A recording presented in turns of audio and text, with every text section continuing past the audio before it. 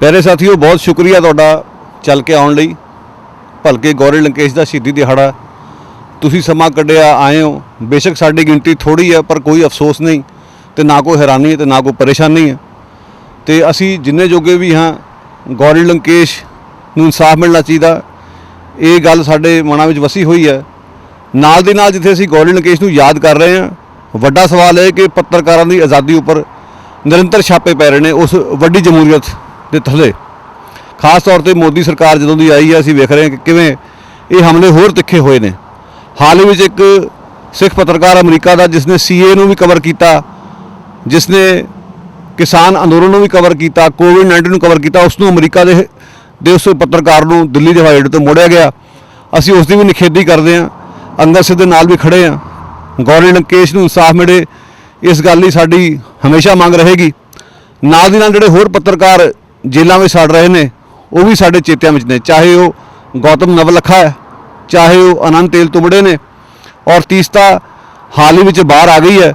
पर यह ना भुलो कि तीस्ता सुप्रीम कोर्ट दी टिप्पणियां करके ही अंदर गई सी, तो सुप्रीम कोर्ट ने दखल लेके उसनूं बाहर कढ़ लिया, पर कोई एड्डी वड्डी प्राप्ति नहीं। अनेकों बुद्धिजीवी अध्यापक होर ने जिहड़े जेलों 'च सड़ रहे हैं।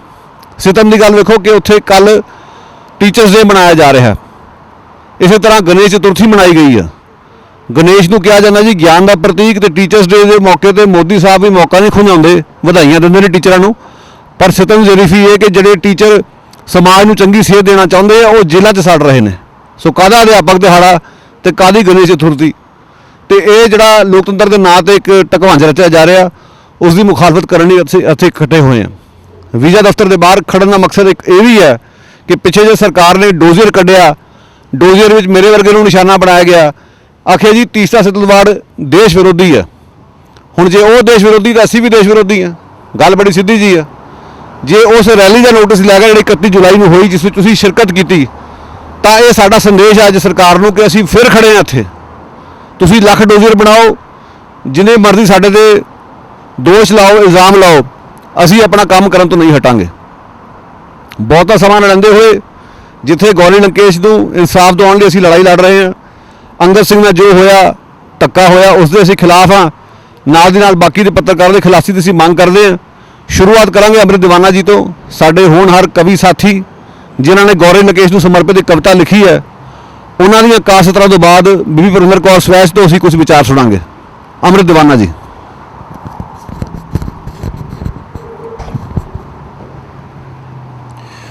साथियों, गौरी लंकेश जी की शहादत नूं अज पूरे 5 साल हो गए हैं। तो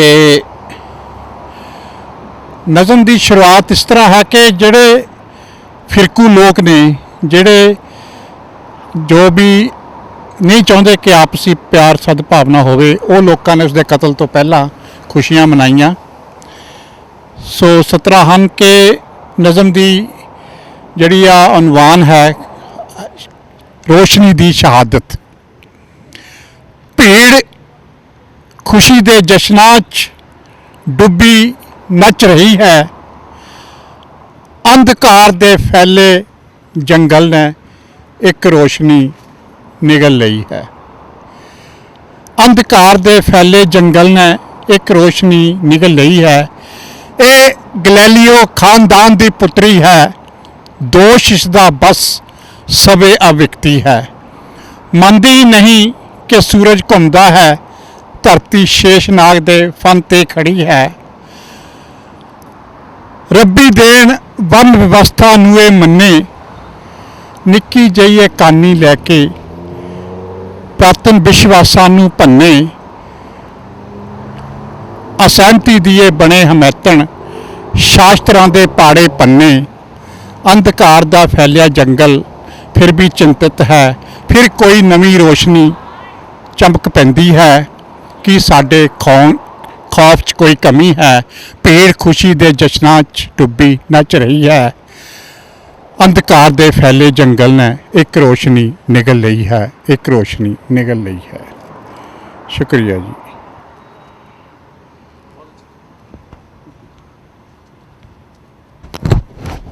हुण मैं बेनती करूँगा बीबी परविंदर कौर स्वैच नूं जिहड़े अगे वधू विचारां नूं परनाए होए ने, एक वधिया होनहार कवि भी ने, ਕਿ ਉਹ ਆਪਣੇ ਵਿਚਾਰ ਪੇਸ਼ ਕਰਨ, ਜਿਸ ਤੋਂ ਬਾਅਦ ਕੇਸਰ ਸਿੰਘ ਜੀ ਨੂੰ ਬੇਨਤੀ ਕਰਾਂਗੇ ਕਿ ਉਹ ਤਿਆਰ ਰਹਿਣ। ਦੋਸਤੋ, ਅਸੀਂ ਜਦੋਂ ਵੀ ਕੋਈ ਇਹੋ ਜਿਹਾ ਦਿਨ ਦਿਹਾੜਾ ਆਉਂਦਾ ਇੱਥੇ ਇਕੱਠੇ ਹੁੰਨੇ ਆ।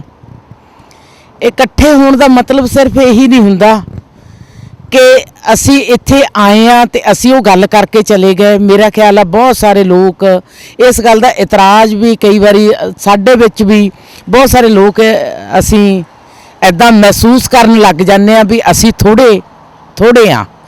ਪਰ ਇਹ ਥੋੜੇਪਣ ਨਾਲ ਦਾ ਕੋਈ ਗੱਲ ਨਹੀਂ, ਗੱਲ ਆਵਾਜ਼ ਉੱਠਣ ਦੀ ਲੋੜ ਹੈ। ਇੱਥੋਂ ਤੱਕ ਕਿ ਹੁਣ ਦੀ ਗੱਲ ਹੈ ਜਿਹੜੀ ਇਸ ਯੁੱਗ ਦੇ ਵਿੱਚ ਤਾਂ ਅਸੀਂ ਹੋਰ ਵੀ ਸੋਸ਼ਲ ਮੀਡੀਆ ਦੇ ਬਹੁਤ ਰਿਣੀ ਹੈ ਇਸ ਗੱਲ ਦੇ ਲਈ। ਜਿਹੜੀ ਸਾਡੀ ਆਵਾਜ਼ ਆ ਇਹ ਇੱਥੇ ਜੋਗੀ ਨਹੀਂ, ਚਾਹੇ ਅਸੀਂ ਘਰ ਬੈਠੇ ਵੀ ਇਹ ਆਵਾਜ਼ ਉਠਾਈਏ ਤਾਂ ਵੀ ਇਹ ਆਵਾਜ਼ ਆ ਜਿਹੜੀ ਦੁਨੀਆ ਦੇ ਸਾਰੇ ਕੋਨਿਆਂ ਤੱਕ ਇਹ ਗੱਲ ਪਹੁੰਚਦੀ ਆ। ਸੋ ਸਾਨੂੰ ਇਸ ਗੱਲ ਦਾ ਕਦੇ ਵੀ ਐ ਨਹੀਂ ਹੋਣਾ ਚਾਹੀਦਾ ਵੀ ਅਸੀਂ ਥੋੜੇ ਆ, ਕਿਉਂਕਿ ਜਿਹੜੇ ਲੋਕ ਘਰਾਂ ਦੇ ਵਿੱਚ ਬੈਠੇ ਨੇ ਉਹ ਵੀ ਕਿਤੇ ਨਾ ਕਿਤੇ ਸਾਡੀ ਜਦੋਂ ਗੱਲ ਸੁਣਦੇ ਨੇ ਉਹਨਾਂ ਦੇ ਅੰਦਰ ਵੀ ਉਹ ਜਿਹੜੇ ਸੁਲਗ ਦਾ ਲਾਵਾ ਹੈ ਉਹ ਜਦੋਂ ਕਦੇ ਵੀ ਲਹਿਰ ਬਣੀ ਤਾਂ ਉਹ ਸਾਰੇ ਵਿੱਚ ਸ਼ਾਮਲ ਹੋਣਗੇ। ਅਸੀਂ ਉਹਨਾਂ ਦੇ ਲਈ ਵੀ ਇਹ ਆਸ ਕਰਾਂਗੇ ਵੀ ਉਹ ਹਮੇਸ਼ਾ ਦੇ ਨਾਲ ਸਾਡੇ ਨਾਲ ਖੜੇ ਨੇ। ਤੇ ਗੌਰੀ ਲੰਕੇਸ਼ ਦੀ ਜਦੋਂ ਗੱਲ ਕਰਦੇ ਆ ਤਾਂ ਮੇਰਾ ਖਿਆਲ ਆ ਸਮਾਜ ਦੇ ਵਿੱਚ ਪਹਿਲੀ ਗੱਲ ਤਾਂ ਔਰਤਾਂ ਹੀ ਕਿੰਨੀਆਂ ਕੁ ਨੇ, ਪਰ ਜਿਹੜੀਆਂ ਔਰਤਾਂ ਇਸ ਅੱਗੇ ਹੋ ਕੇ ਜਿਹੜਾ ਇੰਨਾ ਸੰਘਰਸ਼ ਕਰਦੀਆਂ ਨੇ, ਅਸੀਂ ਇਹ ਦੇਖਦੇ ਹਾਂ ਵੀ ਉਹਨਾਂ ਦੀ ਆਵਾਜ਼, ਵੈਸੇ ਤਾਂ ਇਹ ਕਹਿ ਦਿੰਦੇ ਨੇ ਵੀ ਔਰਤਾਂ ਨੇ ਜਿਹੜੀਆਂ ਉਹਨਾਂ ਦੀ ਆਵਾਜ਼ ਨੂੰ ਦਬਾਇਆ ਜਾਂਦਾ, ਪਰ ਜਦੋਂ ਇਹ ਲੱਗਦਾ ਵੀ ਇੱਕ ਪੱਤਰਕਾਰ ਜੇ ਉਹ ਆਪਣੀ ਗੱਲ ਕਹਿਣਾ ਚਾਹੁੰਦੀ ਆ ਤੇ ਉਹਦੇ ਲਈ ਉਹਨੂੰ ਇੱਕ ਕਿਸਮ ਨਾਲ ਉਹਨੂੰ ਇੰਨੀਆਂ ਖਤਰਨਾਕ ਹਾਲਤਾਂ ਦੇ ਵਿੱਚ ਉਹਦੀ ਆਵਾਜ਼ ਦਬਾਉਣ ਲਈ ਕਿ ਲੋਕਾਂ ਤੱਕ ਉਹਦੀ ਆਵਾਜ਼ ਤੱਕ ਨਾ ਪਹੁੰਚੇ ਤਾਂ ਉਹਦਾ ਕਤਲ ਕਰ ਦਿੱਤਾ ਜਾਂਦਾ ਹੈ। ਤੇ ਜਿਹੜੀ ਮੋਦੀ ਸਰਕਾਰ ਆ ਉਹਨੇ ਇਹ ਜਿਹੜੀਆਂ, ਬੇਸ਼ੱਕ ਜਿਹੜਾ ਸਮਾਜ ਆ ਸਾਡਾ ਕਿਤੇ ਦਾ ਕਿਤੇ ਚਲਿਆ ਗਿਆ, ਜਾਂ ਚਾਹੇ ਉਹ ਕਾਂਗਰਸ ਦੇ ਵੇਲੇ ਵੀ ਇਹ ਸਾਰੀਆਂ ਗੱਲਾਂ ਹੁੰਦੀਆਂ ਸੀ, ਪਰ ਉਹ ਕਿਤੇ ਨਾ ਕਿਤੇ ਦਬੀਆਂ ਘੁੱਟੀਆਂ ਸੀਗੀਆਂ। ਪਰ ਜਿਹੜਾ ਹੁਣ ਅਸੀਂ ਫਾਸ਼ੀਵਾਦ ਦੇਖਦੇ ਹਾਂ, ਇਹ ਬੇਸ਼ੱਕ ਇਹ ਅਸਾਰ ਪਹਿਲਾਂ ਹੀ ਦਿਸ ਗਏ ਸੀ ਵੀ ਮੋਦੀ ਸਰਕਾਰ ਨੇ ਜਦੋਂ ਆਉਣਾ ਸੀ ਤਾਂ ਐਂ ਲੱਗਣ ਲੱਗ ਗਿਆ ਸੀ ਵੀ ਉਹ ਇਹ ਕੰਮ ਕਰੂਗੇ। ਉਹਨਾਂ ਨੇ ਕੀਤਾ, ਉਹ ਸਾਰਾ ਕੁਝ ਸਾਹਮਣੇ ਆ।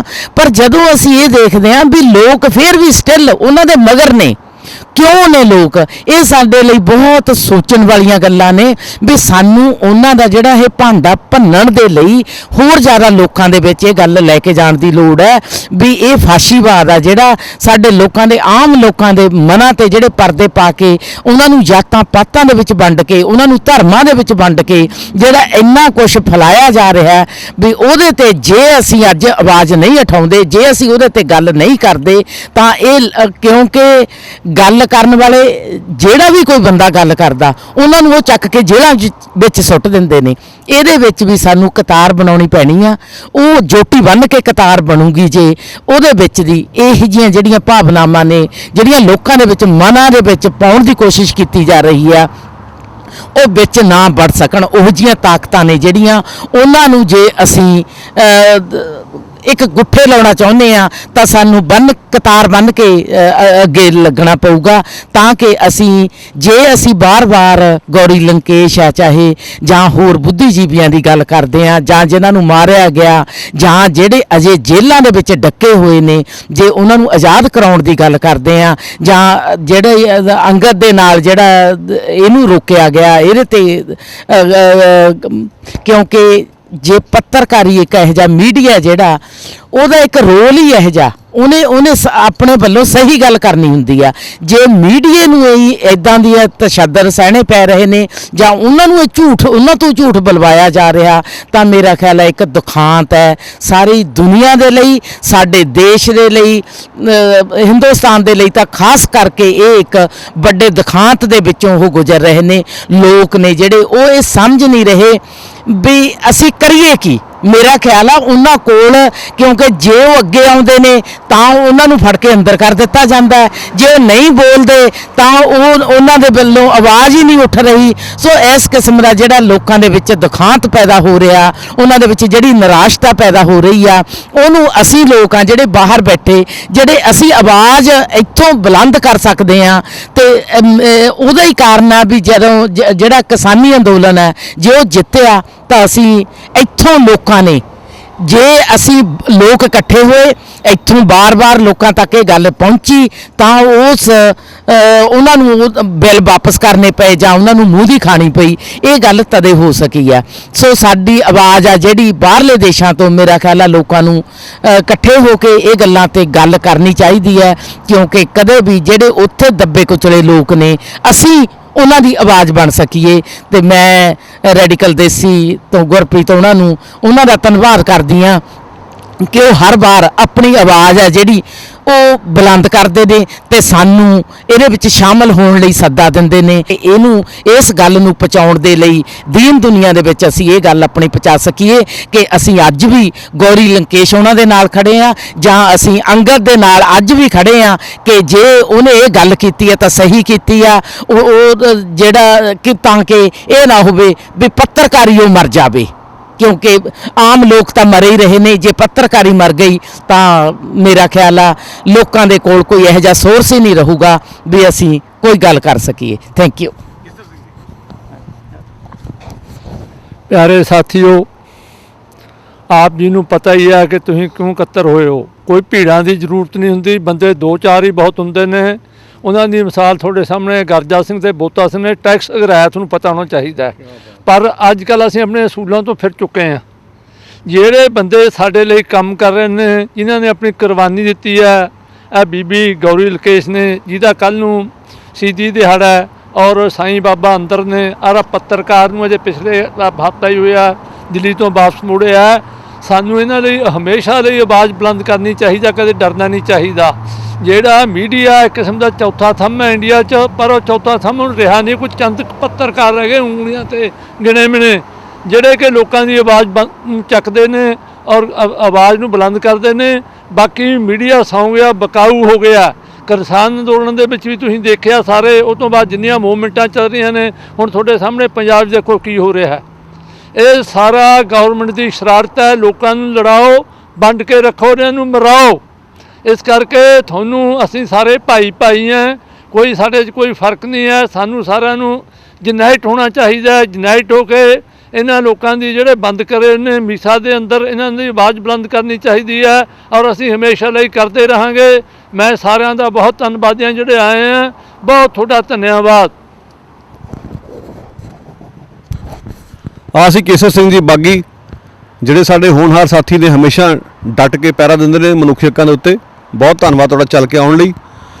ਸੋ ਹੁਣ ਅਗਲੀ ਸਾਡੀ ਬੁਲਾਰੀ ਹੋਵੇਗੀ ਬੀਬੀ ਨਵਜੋਤ ਕੌਰ ਢਿੱਲੋਂ, ਜਿਹੜੀ ਕਿ ਸਾਡੀ ਇੱਕ ਪੱਤਰਕਾਰ ਸਾਥੀ ਹੈ, ਔਰ ਉਹਨਾਂ ਨੇ ਵੀ ਹਮੇਸ਼ਾ ਇਹਨਾਂ ਮੁੱਦਿਆਂ ਨੂੰ ਚੁੱਕਿਆ, ਹਾਈਲਾਈਟ ਕੀਤਾ। ਅਸੀਂ ਉਹਨਾਂ ਦੇ ਧੰਨਵਾਦੀ ਰਵਾਂਗੇ ਹਮੇਸ਼ਾ ਹੀ। ਪਰ ਉਸ ਤੋਂ ਪਹਿਲਾਂ ਕੁਝ ਇੱਕ ਨਾਰੇ। ਗੌਰੀ ਲੰਕੇਸ਼ ਨੂੰ ਇਨਸਾਫ ਦਿਓ, ਗੌਰੀ ਲੰਕੇਸ਼ ਨੂੰ ਇਨਸਾਫ ਦਿਓ, ਤੇਲ ਤੁਮੜੇ ਨੂੰ ਰਿਹਾ ਕਰੋ, ਤੇਲ ਤੁਮੜੇ ਨੂੰ ਰਿਹਾ ਕਰੋ, ਗੌਤਮ ਨਵਲਖਾ ਨੂੰ ਰਿਹਾ ਕਰੋ, ਅੰਗਦ ਸਿੰਘ ਨੂੰ ਇਨਸਾਫ ਦਿਓ। ਬੀਬੀ ਨਵਜੋਤ ਕੌਰ ਢਿੱਲੋਂ, ਉਸ ਤੋਂ ਬਾਅਦ ਕਮਲ ਗਿੱਲ ਹੁਣੇ ਤਿਆਰ ਰਹਿਣ। ਇੱਕ ਵਾਰੀ ਫਿਰ ਗੁਰਪ੍ਰੀਤ ਜੀ ਤੁਹਾਡਾ ਬਹੁਤ ਬਹੁਤ ਸ਼ੁਕਰੀਆ ਕਿ ਤੁਸੀਂ ਇਸ ਮੌਕੇ ਤੇ ਸਾਨੂੰ ਨਾਲ ਖੜੇ ਕੀਤਾ। ਤੁਸੀਂ ਯਾਦ ਕਰਵਾਉਂਦੇ ਰਹਿੰਦੇ ਹੋ ਸਮੇਂ-ਸਮੇਂ ਤੇ। ਗੌਰੀ ਲੰਕੇਸ਼ ਨੂੰ ਯਾਦ ਕਰਦਿਆਂ ਤੇ ਹੋਰ ਜਿਹੜੇ ਇਸ ਵੇਲੇ ਜੇਲ੍ਹਾਂ ਦੇ ਵਿੱਚ ਡੱਕੇ ਹੋਏ ਇੰਟੈਲੈਕਚੁਅਲਸ ਨੇ, ਮੈਨੂੰ ਇਸ ਗੱਲ ਦਾ ਹਮੇਸ਼ਾ ਖਿਆਲ ਆਉਂਦਾ ਕਿ ਜਦੋਂ ਕਿਸੇ ਨੂੰ ਡੱਕਣ ਦੀ ਕੋਸ਼ਿਸ਼ ਕੀਤੀ ਜਾਂਦੀ ਹੈ, ਰੋਕਣ ਦੀ ਕੋਸ਼ਿਸ਼ ਕੀਤੀ ਜਾਂਦੀ ਹੈ, ਕਿਸੇ ਤਰ੍ਹਾਂ ਦੀਆਂ ਕੰਧਾਂ ਖੜੀਆਂ ਕਰਨ ਦੀ ਕੋਸ਼ਿਸ਼ ਕੀਤੀ ਜਾਂਦੀ ਹੈ, ਤੇ ਜੋ ਕੁਝ ਉਹਨਾਂ ਕੰਧਾਂ ਦੇ ਪਿੱਛੇ ਲੁਕਿਆ ਹੁੰਦਾ ਜਾਂ ਜੋ ਕੁਝ ਉਹਨਾਂ ਕੰਧਾਂ ਦੇ ਵਿੱਚ ਦਬਾਇਆ ਜਾਂਦਾ, ਉਹ ਇੱਕ ਨਾ ਇੱਕ ਦਿਨ ਬਾਹਰ ਜ਼ਰੂਰ ਆਊਗਾ।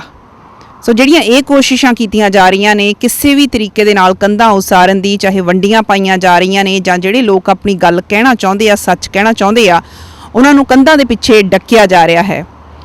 ਇਸੇ ਨੂੰ ਮੈਂ ਮਹਿਸੂਸ ਕਰਦਿਆਂ ਕੁਝ ਸਮਾਂ ਪਹਿਲਾਂ ਕੁਝ ਲਿਖਿਆ ਸੀ ਜਿਹੜਾ ਮੈਂ ਅੱਜ ਸਾਂਝਾ ਕਰਨਾ ਚਾਹੁੰਦੀ ਆ। ਕਿ ਤੁਸੀਂ ਹਰ ਗੁਨਾਹ ਮੌਨ ਰਹਿ ਕੇ ਕਰਦੇ ਰਹੇ ਹੋ, ਕਿਉਂਕਿ ਤੁਸੀਂ ਸਿਰਫ ਇਹੀ ਸਮਝਦੇ ਹੋ ਕਿ ਕੰਧਾਂ ਦੇ ਵੀ ਕੰਨ ਹੁੰਦੇ ਹਨ। ਤੁਸੀਂ ਹਰ ਗੁਨਾਹ ਮੌਨ ਰਹਿ ਕੇ ਕਰਦੇ ਰਹੇ ਹੋ, ਕਿਉਂਕਿ ਤੁਹਾਨੂੰ ਸਿਰਫ ਇੰਨਾ ਹੀ ਪਤਾ ਹੈ ਕਿ ਕੰਧਾਂ ਦੇ ਵੀ ਕੰਨ ਹੁੰਦੇ ਹਨ। ਪਰ ਤੁਸੀਂ ਕਿੰਨੇ ਭੋਲੇ ਹੋ, ਮਾਸੂਮ ਹੋ ਗੁਨਾਹਗਾਰ ਜੀ। ਜੇ ਕੰਨ ਹਨ ਤਾਂ ਅੱਖਾਂ ਵੀ ਜ਼ਰੂਰ ਹੋਣਗੀਆਂ। ਜ਼ਰਾ ਸੋਚੋ ਕਿ ਫਿਰ ਜੀਭ ਵੀ ਤਾਂ ਹੋਵੇਗੀ ਹੈ ਨਾ।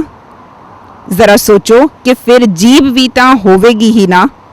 ਕੰਧਾਂ ਦੇ ਕੰਨ ਪੱਕ ਗਏ ਹਨ ਆਪਣੇ ਕੰਨਾਂ ਦੀ ਹੋਂਦ ਦੀਆਂ ਕਹਾਣੀਆਂ ਸੁਣ ਸੁਣ ਕੇ। ਉਹਨਾਂ ਨੇ ਹੁਣ ਫੈਸਲਾ ਕੀਤਾ ਹੈ ਕਿ ਉਹ ਆਪਣੀਆਂ ਅੱਖਾਂ ਦਿਖਾਉਣਗੀਆਂ। ਤੇ ਤੁਸੀਂ ਕਿਵੇਂ ਭੁੱਲ ਗਏ ਹੋ? ਉਹਨਾਂ ਨੇ ਤੁਹਾਡੇ ਕੋਲੋਂ ਹੀ ਤਾਂ ਸੁਣਿਆ ਸੀ ਅਖੇ ਜੀਭ ਸਭ ਤੋਂ ਤਾਕਤਵਰ ਮਸਲ ਹੁੰਦੀ ਹੈ, ਤੇ ਉਹਨਾਂ ਨੇ ਆਪਣੀ ਚੁੱਪ ਨੂੰ ਤੋੜ ਕੇ ਤੁਹਾਡੀ ਸੁਣਨ ਸ਼ਕਤੀ ਨੂੰ ਚੁਣੌਤੀ ਦੇਣ ਦਾ ਫੈਸਲਾ ਕਰ ਲਿਆ ਹੈ। ਜੇ ਤੁਸੀਂ ਮੰਨਦੇ ਹੋ ਕਿ ਕੰਧਾਂ ਬੋਲੀਆਂ ਨਹੀਂ ਹੁੰਦੀਆਂ, ਤਾਂ ਹੁਣ ਇਹ ਵੀ ਮੰਨ ਹੀ ਲਓ ਕਿ ਕੰਧਾਂ ਅੰਨੀਆਂ ਤੇ ਗੂੰਗੀਆਂ ਵੀ ਨਹੀਂ ਹੁੰਦੀਆਂ। ਆਪਣੀ ਅਪਾਹਜ ਸੋਚ ਨੂੰ ਸਮਝਾ ਦਿਓ ਕਿ ਕੰਧਾਂ ਅਪਾਹਜ ਨਹੀਂ ਹੁੰਦੀਆਂ। ਸੋ ਇਹ ਜਿਹੜੀਆਂ ਕੰਧਾਂ ਪੈਦਾ ਕੀਤੀਆਂ ਜਾ ਰਹੀਆਂ ਨੇ, ਮੈਂ ਮਹਿਸੂਸ ਕਰਦੀ ਹਾਂ ਇਹਨਾਂ ਕੰਧਾਂ ਦੇ ਹੇਠਾਂ ਜਿਨ੍ਹਾਂ ਸ਼ਬਦਾਂ ਨੂੰ ਡੱਕਿਆ ਜਾ ਰਿਹਾ ਹੈ, ਇੱਕ ਦਿਨ ਇਹ ਸ਼ਬਦ ਆਪਣੇ ਆਪ ਇਹਨਾਂ ਕੰਧਾਂ ਦੇ ਰਾਹੀਂ ਹੀ ਉੱਗ ਕੇ ਪੁੰਗਰ ਕੇ ਸਾਹਮਣੇ ਆਉਣਗੇ ਤੇ ਆਵਾਜ਼ ਨੂੰ, ਸ਼ਬਦਾਂ ਨੂੰ ਦੱਬਿਆ ਨਹੀਂ ਜਾ ਸਕਦਾ। ਅੱਜ ਗੌਰੀ ਲੰਕੇਸ਼ ਨੂੰ ਯਾਦ ਕਰਦੇ ਹਾਂ ਤੇ ਬਾਕੀ ਜਿੰਨੇ ਇੰਟੈਲੈਕਚੁਅਲਸ ਇਸ ਵੇਲੇ ਦੀਵਾਰਾਂ ਦੇ ਪਿੱਛੇ ਡੱਕੇ ਹੋਏ ਨੇ, ਜੇਲ੍ਹਾਂ 'ਚ ਡੱਕੇ ਹੋਏ ਨੇ, ਉਹਨਾਂ ਦੇ ਲਈ ਵੀ ਇਹੀ ਸੁਨੇਹਾ ਹੈ ਕਿ ਇੱਕ ਦਿਨ ਤੁਹਾਡੇ ਸ਼ਬਦ ਗੂੰਜਣਗੇ, ਗੂੰਜਦੇ ਰਹਿਣਗੇ। ਧੰਨਵਾਦ। ਨਵਜੋਤ ਜੀ, ਬਹੁਤ ਭਾਵਪੂਰਨ ਸਤਰਾਂ ਤੁਸੀਂ ਆਪਣੀ ਗੱਲ ਨੂੰ ਸਮੇਟਿਆ। ਅਸੀਂ ਤੁਹਾਡੇ ਰਿਣੀ ਹਾਂ, ਧੰਨਵਾਦੀ ਹਾਂ। ਸਾਥੀਓ, ਮੇਰੇ ਹੱਥ ਵਿੱਚ ਇੱਕ ਪੋਸਟਰ ਹੈ ਗੌਤਮ ਨਵਲਖਾ ਦਾ, ਉਸ ਪੱਤਰਕਾਰ ਦਾ ਜਿਸ ਨੇ 1984 ਦੇ ਕਤਲੇਆਮ ਬਾਰੇ ਪਹਿਲਾ ਇੱਕ ਪ੍ਰਮਾਣਿਕ ਦਸਤਾਵੇਜ਼ ਤਿਆਰ ਕੀਤਾ। ਅੱਜ ਉਹ ਜੇਲ੍ਹ 'ਚ ਸੜ ਰਿਹਾ। ਦੂਜੇ ਪਾਸੇ ਮੋਦੀ ਕੀ ਡਰਾਮਾ ਕਰ ਰਿਹਾ 84 ਬਾਰੇ। ਹਮੇਸ਼ਾ 84 ਦੇ ਮੁੱਦੇ ਨੂੰ ਚੋ ਕੇ ਉਸਨੇ ਪੰਜਾਬ 'ਚ ਵੋਟਾਂ ਲਈਆਂ, ਵੋਟਾਂ ਬਟੋਰੀਆਂ, ਇਹ ਦੱਸ ਕੇ ਕਿ ਇਹ ਕਾਂਗਰਸ ਨੇ ਕੀਤਾ ਸੀ। ਪਰ ਜੇ ਕਾਂਗਰਸ ਨੇ ਕੀਤਾ ਸੀ ਫਿਰ ਗੌਤਮ ਨਵਲਖਾ ਤੇਰੇ ਟੈਨਿਓਰ 'ਚ ਜੇਲ੍ਹ 'ਚ ਕੀ ਕਰਦਾ ਫਿਰਦਾ? ਉਹਦਾ ਚਾਪਲੂਸ ਅਗਨੀਹੋਤਰੀ 84 ਬਾਰੇ ਫਿਲਮ ਬਣਾਉਣ ਦਾ ਖਾਬ ਵੇਖ ਰਿਹਾ।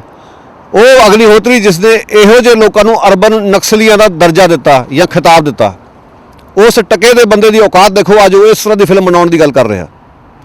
ਸੋ ਬਹੁਤਾ ਸਮਾਂ ਲੈਂਦੇ ਹੋਏ ਇਸ ਮੁੱਦੇ ਤੇ ਬੜੇ ਭਾਵਪੂਰਨ ਤਰੀਕੇ ਨਾਲ ਲੰਮੇ ਸਮੇਂ ਤੋਂ ਲਿਖਦੇ ਆ ਰਹੇ ਕਮਲ ਗਿੱਲ ਸਾਡੇ ਸਾਥੀ ਸਾਡੇ ਕੋਲ ਪਹੁੰਚੇ ਨੇ, ਉਹਨਾਂ ਦੇ ਵਿਚਾਰ ਸੁਣਦੇ ਹਾਂ। ਥੈਂਕ ਯੂ ਜੀ। ਮੈਂ ਤਾਂ ਇਹੀ ਕਹਿਣਾ ਚਾਹੁੰਦਾ ਕਿ ਜਿਹੜੀ ਅੱਜ ਕੱਲ੍ਹ ਸਾਡੇ ਇੰਡੀਆ ਦੇ ਵਿੱਚ ਸਾਰਿਆਂ ਤੋਂ ਵਰਸਟ ਕੰਡੀਸ਼ਨਸ ਹੈਗੇ ਜਸਟਿਸ ਸਿਸਟਮ ਦੀ।